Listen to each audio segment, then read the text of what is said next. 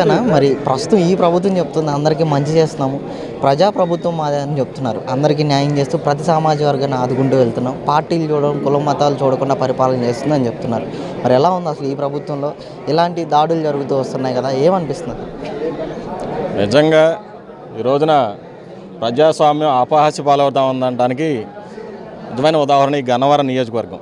గన్నవరం నియోజకవర్గంలో మన తెలుగుదేశం పార్టీ తరఫున గెలిచినటువంటి అభ్యర్థి దొంగచాటుగా గోడ దూకి వైకాపా పార్టీలోనే చేర్చుకున్న అతను కనీసం రాజీనామా చేసి ఆయన పార్టీ మారి ఆయన అభ్యర్థిత్వంలో వేరే బై ఎలక్షన్కి వెళ్ళి గెలవకపోగా తెలుగుదేశం పార్టీ ఆఫీస్ పైన ఇలాగా తెలుగుదేశం పార్టీ నాయకుల ఇళ్లపైన, వారి కార్లపైన, వాహనాలపైన, వారి సంపద పైన దాడి చేస్తూ నిత్యం ప్రజానీకాన్ని కూడా భయభ్రాంతులకు గురి చేస్తూ ఉన్నారు. ఇప్పుడు ఎన్నికలు సమీపించిన తరుణంలో ఇలాంటి దాడులు చేసి తెలుగుదేశం పార్టీని అస్థిరపరచాలనే కుట్ర ఒకటి జరుగుతూ ఉంది ఈరోజు నియోజకవర్గంలో. జగన్మోహన్ రెడ్డి గారు చెప్పినట్టు ఆయన కులం చూడడం మతం చూడడం అన్నారు. అలాగే ఆయన కులం తప్ప ఇంకో కులాన్ని ఆయన చూడలేదు ఇక్కడ రాష్ట్రంలో. అలాగే ఆయన మతమే మతం తప్ప ఎదుటివారి అభిమతంతో పని లేదు. ఆయన అనుకున్న పనిని ఎతిమతంగా చేసుకుని వెళ్ళిపోతూ ఉన్నాడు. అలాగే ఒక ప్రాంతం అనే ఆయనకి ఏమాత్రం కూడా సెంటిమెంట్ భావాలు కూడా ఏమాత్రం లేదు ఆయనకి. అటు ఉత్తరాంధ్రం దోచుకున్నాడు, ఇటు కృష్ణా జిల్లాని, గుంటూరు జిల్లాని, ఇలాగా కోస్తాంధ్రం దోచుకున్నాడు, రాయలసీమ వెనుకబాటుతనాన్ని అలాగే వదిలేశాడు. కాబట్టి ప్రాంతాలు కానీ కులాలు కానీ మతాలు కానీ ఆయన చెప్పింది నిజమే, చెప్పినట్టుగానే చేసుకుంటూ వెళ్తా ఉన్నాడు. ఆయనకి రోజులు దగ్గర పడి వైకాపా ప్రభుత్వానికి ఇటువంటి దాడులకి ఎవరు దడిచేది లేదని చెప్పి మేము అందరూ తెలియజేస్తా ఉన్నాం అందరికీ.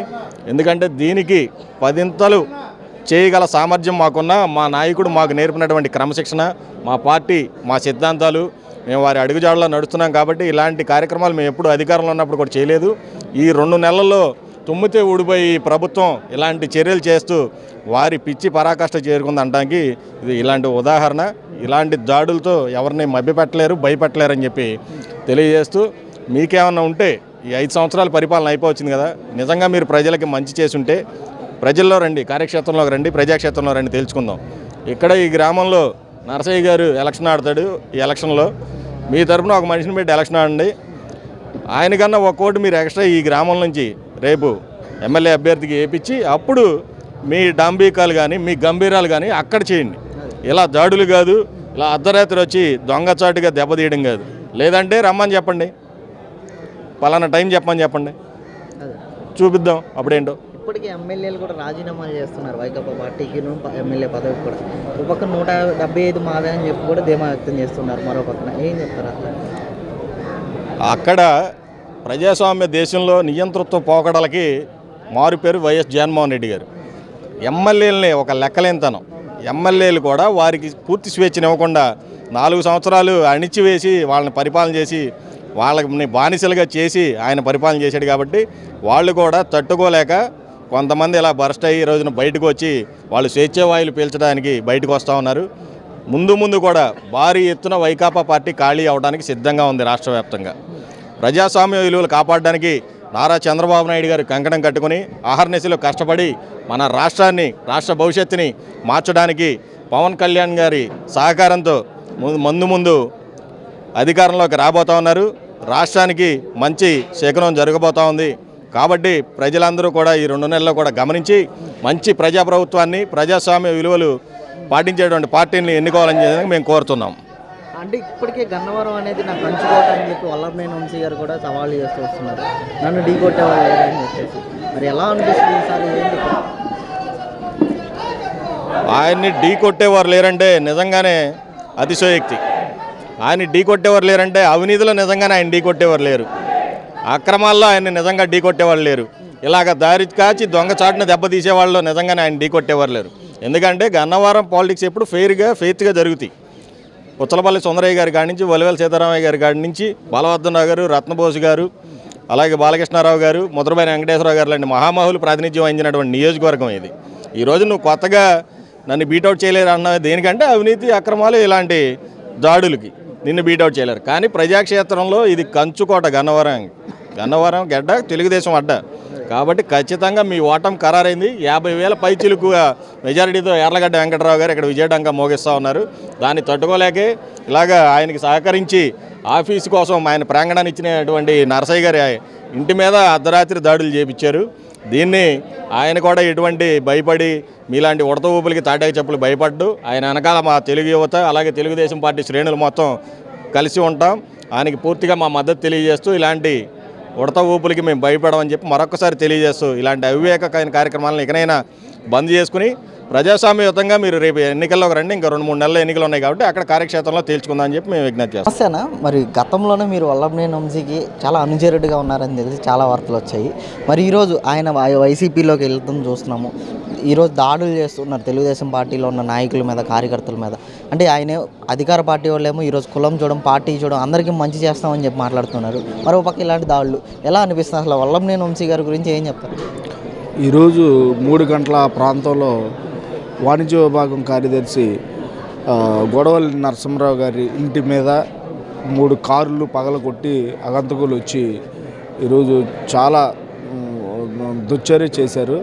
అసలు ఈ విషయాన్ని చెప్పుకోవడానికి కూడా చాలా ప్రజలందరూ అసలు ఏమనుకుంటున్నారు, ఇలా చేస్తే ఏమవుతుంది ఏంటి అనేది కూడా ఆలోచించకుండా 3 కార్లు పగలగొట్టి అర్ధరాత్రి పిరికి పందల్లాగా వచ్చి బండి మీద ముసుగులేసుకొని వచ్చి పగలగొట్టడం జరిగింది. అది ఎందుకంటే రేపు రాబోయే రోజుల్లో గన్నవరం నియోజకవర్గంలో ఆయన వల్లభనేని వంశీ గారు వాడిపోబోతున్నారు. అది అర్థమయ్యి ఇలాంటి పెద్ద పెద్ద నాయకుల్ని భయపెడితే బయటికి రాకుండా ఉంటారు అని చేయటానికి ఇలాంటి దుశ్చర్యలు చేస్తున్నారు. అంతకుముందు గొడవల నరసింహరావు గారి మీద ఇలాంటి జరిగినాయి. అయినా ఆయన ఏం భయపడే పరిస్థితి కాదు. ఆయన రాష్ట్ర నాయకుల దాకా వెళ్ళిన మనిషి. పార్టీ కోసం ఆయన ఏ త్యాగాలకైనా సిద్ధంగా ఉంటారు. పార్టీ ఆఫీస్ ఇచ్చి నిన్న పార్టీ విస్తృత కార్యక్రమం జరిగినప్పుడు జనం బాగా వచ్చి సక్సెస్ అయ్యిందని కోపంతో నర్సయ్య గారి మీద ఇలా చేయటం జరిగింది. దీనికి బదులుగా తెలుగు యువత కానీ తెలుగుదేశం కార్యకర్తలే కానీ బదులు తీర్చుకోవడానికి మేము సిద్ధంగా ఉన్నాం. మా వెనకమాల యార్లగడ్డ వెంకటరావు గారు ఉన్నారు. ఆయన లేనప్పుడు పార్టీ ఆఫీసును తగలబెట్టడమే కానీ బొచ్చుల అర్జున్ గారు ఆ టైంలో ఆ పార్టీ ఆఫీస్ తగలబెట్టి కారులు తగలబెట్టి కార్యకర్తల మీద నాయకుల మీద దాడులు చేయటమే కానీ చాలా చేశారు. తెలుగుదేశంలో గెలిచి తెలుగుదేశం ఆఫీస్నే తగలబెట్టి ఇచ్చిన మహానుభావుడు వల్లభనేని వంశీ గారు. ఇలా చేయడం వల్ల భయపడతారు అనుకోవడం ఆయన అవివేకం. అంటే ఈరోజు రాష్ట్రం మొత్తం కూడా చెప్తున్నారు మళ్ళీ నేనే ఎందుకు రాకూడదు అంటూ కూడా ఈరోజు బస్ యాత్రలు వేస్తున్నాడు కదా, ఏం చెప్తారు? అయిపోయింది. ఇంకొక 2 నెలల్లో ఇంకా తుడిచిపెట్టుకొని ఆ పార్టీలో ఉన్న వాళ్ళే ఈ ఒక్క నెల ఆగితే దాదాపు 50 మంది మా పార్టీలోకి రావడానికి సిద్ధంగా ఉన్నారు. వెయిట్ చేయటమే అంతేగాని ఇది 175 అని మాట్లాడటమే కదా. రేపు రాబోయే రోజుల్లో చంద్రబాబు నాయుడు గారు ముఖ్యమంత్రి అవుతున్నారని వాళ్ళకు కూడా తెలుసు.